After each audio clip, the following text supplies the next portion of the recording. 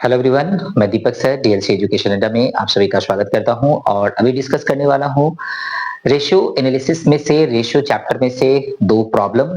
और ये दोनों प्रॉब्लम की खासियत क्या है सो मैं आपको पहले ही बता देता हूं।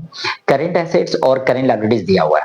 अब आपको मैं बोलूंगा कि करंट रेशियो निकाल दीजिए, तो अब क्या करेंगे? करंट एसेट्स दिया हुआ है, करंट लायबिलिटीज दिया हुआ है, तो फटाफट आप क्या करेंगे? करंट रेशियो निकाल लेंगे।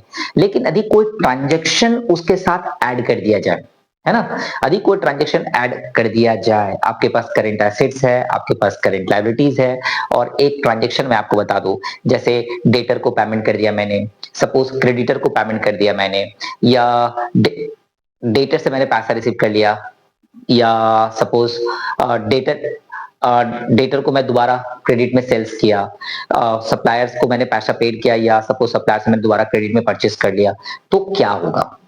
इसी को तो ट्रांजेक्शन कहते हैं। करंट एसेट्स और करंट लायबिलिटीज में जो जो आइटम होता है उस आइटम से रिलेटेड यदि कोई भी ट्रांजेक्शन यदि आपको ऐड कर दिया जाए तो क्या करेंगे? तो वैसे ही दो सम्स मैंने लिया है।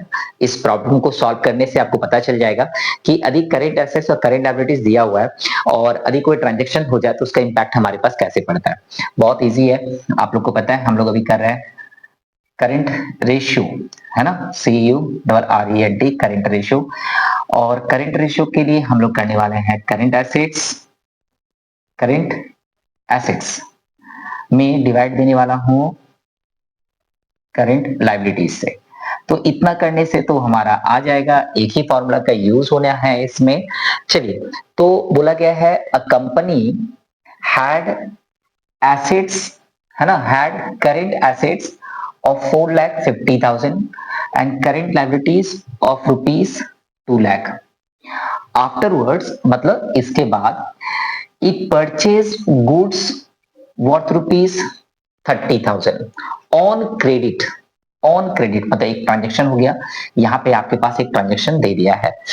तो आफ्टर ट्रांजेक्शन यदि हम बात करें, आफ्टर ट्रांजेक्शन ट्रांजेक्शन होने के बाद, आफ्टर ट्रांजेक्शन, अभी आफ्टर ट्रांजेक्शन ट्रांजेक्शन के बाद आपका करंट एसेट्स क्या होगा, क्या कोई प्रभाव पड़ेगा उसमें, सो चेक करना होगा। करंट एसेट्स और करंट लायबिलिटीज में क्या कोई चेंजेस आएगा? जो ट्रांजेक्शन दिया हुआ है उस ट्रांजेक्शन का इंपैक्ट करंट एसेट्स पे क्या पड़ता है, करंट लायबिलिटीज पे क्या पड़ता है, ये आपको कैलकुलेट करना पड़ेगा। तो चलिए देखते हैं। 4,50,000 जो कि आपका दिया हुआ है करंट एसेट्स, और करंट लायबिलिटीज आपका 2 लाख रुपीस मेंशन है। तो आपने 30,000 का जो गुड्स है वो आपने परचेस किया है, ठीक है। ट्रांजेक्शन को समझते हैं। करंट एसेट्स और करंट लायबिलिटीज ऑलरेडी मेंशन है, करंट एसेट्स और करंट लायबिलिटीज ऑलरेडी मेंशन है आपका। और इसमें हो क्या रहा है कि एक ट्रांजेक्शन हो रहा है जिसमें आप गुड्स परचेस कर रहे हैं। तो जब गुड्स परचेस कर रहे हैं तो क्या आपने कैश पे किया, चेक करना होगा मुझे। तो देखिए यहाँ पे लिखा हुआ है कि it purchase goods for rupees 30,000 on credit. आपने तो पेमेंट ही नहीं किया, आपने उधार में खरीद के लेकर आया, उधार ऑन क्रेडिट। तो ऑन क्रेडिट यदि आप परचेस करते हैं तो एक जर्नल एंट्री क्या बनना चाहिए? जर्नल एंट्री बनना चाहिए परचेजेस अकाउंट, ठीक है, purchases account debit to creditor, right, to creditors. तो purchase account debit to creditor आपका जर्नल एंट्री बनता है, वो जो ट्रांजेक्शन वहां पे हुआ है। तो क्रेडिटर आपका बढ़ेगा, कितने से बढ़ेगा क्रेडिटर? तो आपका 30,000 से क्रेडिटर बढ़ जाएगा क्योंकि आपने उधार में खरीदा। और आपने परचेज जो किया है वो है गुड्स, और गुड्स को हम लोग क्या कहते हैं? स्टॉक कहते हैं ना। तो स्टॉक यानी इन्वेंटरी, यानी कि इन्वेंटरी, ठीक है। तो जो ट्रांजेक्शन हुआ है गुड्स जब आपने परचेज किया है तो आपका journal entry purchase account debit to creditor होता है। परचेज का मतलब क्या है? गुड्स खरीदा आपने। गुड्स किसको कहते हैं? जब आप कोई वस्तु बेचने के उद्देश्य से खरीदते हैं, रीसेल करने के लिए यदि कोई वस्तु आप खरीदते हैं तो आपका गुड्स बन जाता है। इसी को हम लोग स्टॉक या इन्वेंटरी कहते हैं। यानी कि करंट एसेट्स में भी 30,000 का चेंज हो जाएगा। कैसे? यहाँ पे एसेट्स, करंट एसेट्स इंक्रीज कर जा रहा है, करंट लायबिलिटीज भी आपका इंक्रीज कर जा रहा है। तो एक्चुअल वैल्यू कितना हो गया भाई? तो ये 4,80,000 और ये 2,30,000। अब यहां से फॉर्मूला हम लोग इजिली यूज कर लेंगे जो कि हमें दे देगा करेंट रेशियो। करेंट रेशियो में देने वाला है कितना, 4,80,000 डिवाइडेड बाय 2,30,000। 4040 कट जाएगा। अब यहाँ पे जो आप देख पा रहे हैं, तो ये नंबर बचा कैसा, 48 डिवाइडेड बाय 23। ठीक है, तो इसे आपको प्योर रेशियो में लिखना होगा। ऐसा नहीं परीक्षा में आप इसको लेके आ जाएंगे 48:23, ऐसा नहीं करना है। आपको इस 48 में आपको डिवाइड देना होगा। क्या देना होगा, डिवाइड। तो 48 से यदि आप 48 में जब 23 से डिवाइड देंगे तो चेक करते हैं, 2 टाइम्स में आपका 46 आ जाएगा। ओके, तो आप यहाँ पे रिमाइंडर आपका आ गया 2। डिवाइड नहीं जाएगा तो आपको डेसिमल लेना होगा, 0 देंगे। फिर डिवाइड नहीं जाएगा, फिर आप 0 लेंगे। तो ये आपको एक 0 मिल गया। तो 23 से आपने डिवाइड दिया, तो 23 का टेबल यदि वहां पे कितना लिखा हुआ है, 200 है। यदि आप इसको 10 टाइम्स पढ़ते तो कितना हो जाता, 230। तो 10 टाइम्स मत पढ़िए, 9 टाइम्स पढ़ लीजिए। 9 3 जा 27, रिमाइंडर इज 2, 9 2 जा 18 प्लस 2 20, फिर ज्यादा हो गया, यानी आप लगाएंगे 8 टाइम्स में। तो 8 3 जा 24, रिमाइंडर कितना होगा, 8 3 जा 24, रिमाइंडर इज 2, 8 2 जा 16 प्लस 2 18। अब आपके पास कितना आ गया, तो 16 डेसिमल आपको एक और 0 देगा, तो 160 हो गया। यानी कि 23 का टेबल आप 6 टाइम्स पढ़ेंगे तो कितना होगा, 6 3 जा 18 और 6 2 जा 12 plus 1 13।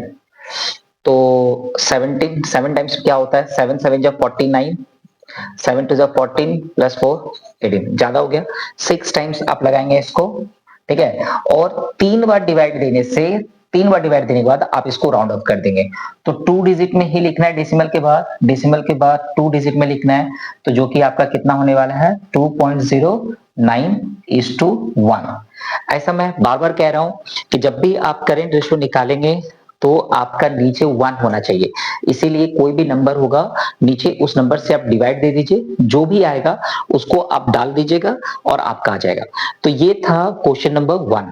Question number 1, I hope पूरा एक्सप्लेनेशन आपको समझ में आया होगा।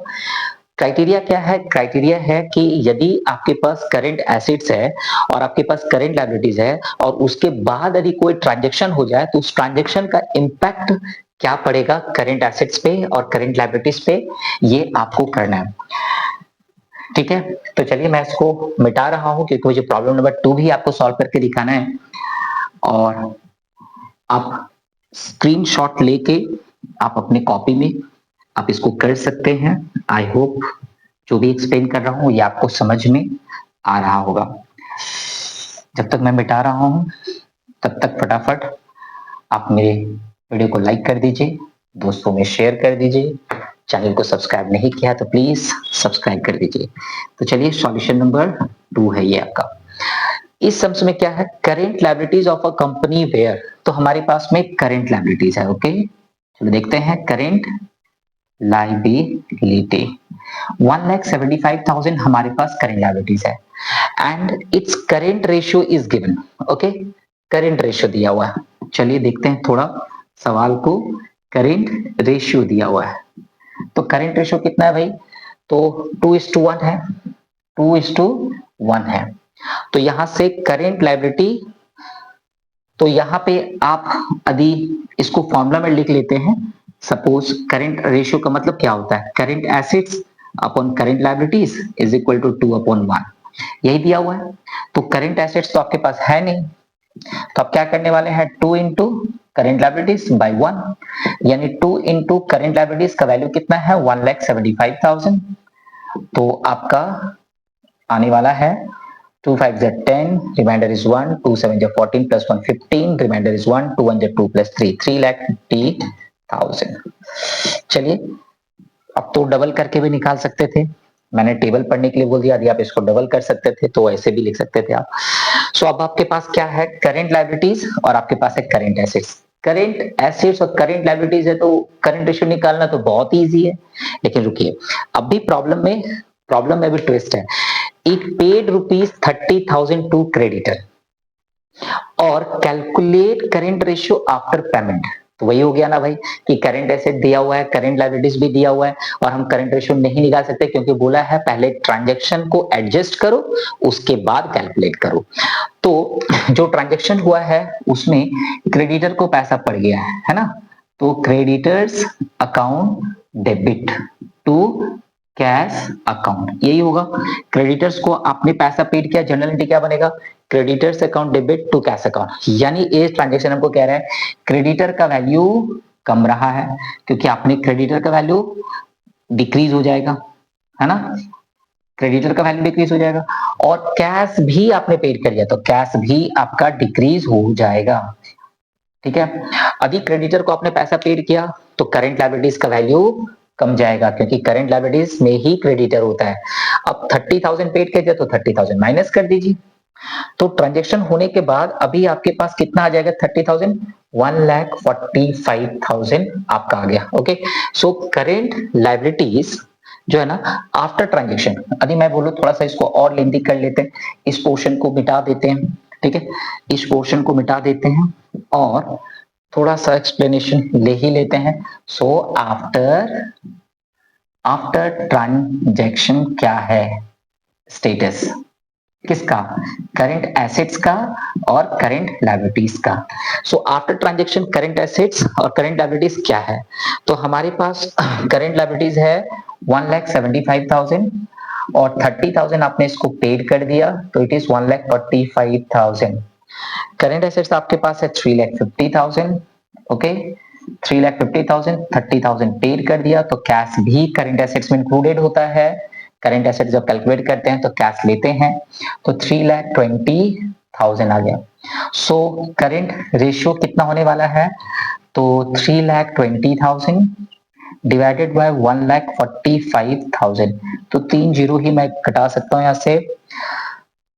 5 आपके पास कैलकुलेटर है फटाफट कर सकते हैं आप, 5 से तो 5 6 30, 5 4 5 2 5 9 सो 64 वन अगेन 29 अगेन 29, एक और नंबर है आप डेसिमल वाला डिवाइड दे दीजिए, जो भी वैल्यू आ रहा है आप यहाँ पे डाल दीजिए। 64 डिवाइडेड बाय 29 यदि आप कैलकुलेटर में करेंगे तो आपका कितना आने वाला है, तो यदि आप इसको कर लेते हैं तो 2.21 के अप्रॉक्स में आपको देखने के लिए मिलेगा। 2.21 के अप्रॉक्स में आपको देखने के लिए मिलेगा।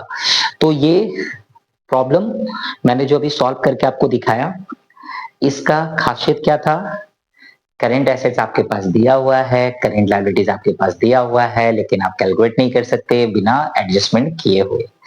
तो करंट एसेट्स और करंट लायबिलिटीज देने के बाद यदि कोई ट्रांजैक्शन हो जाए, 1 2 3 जितने भी ट्रांजैक्शन हो जाए सारे ट्रांजैक्शन का एडजस्टमेंट आपको करना पड़ेगा।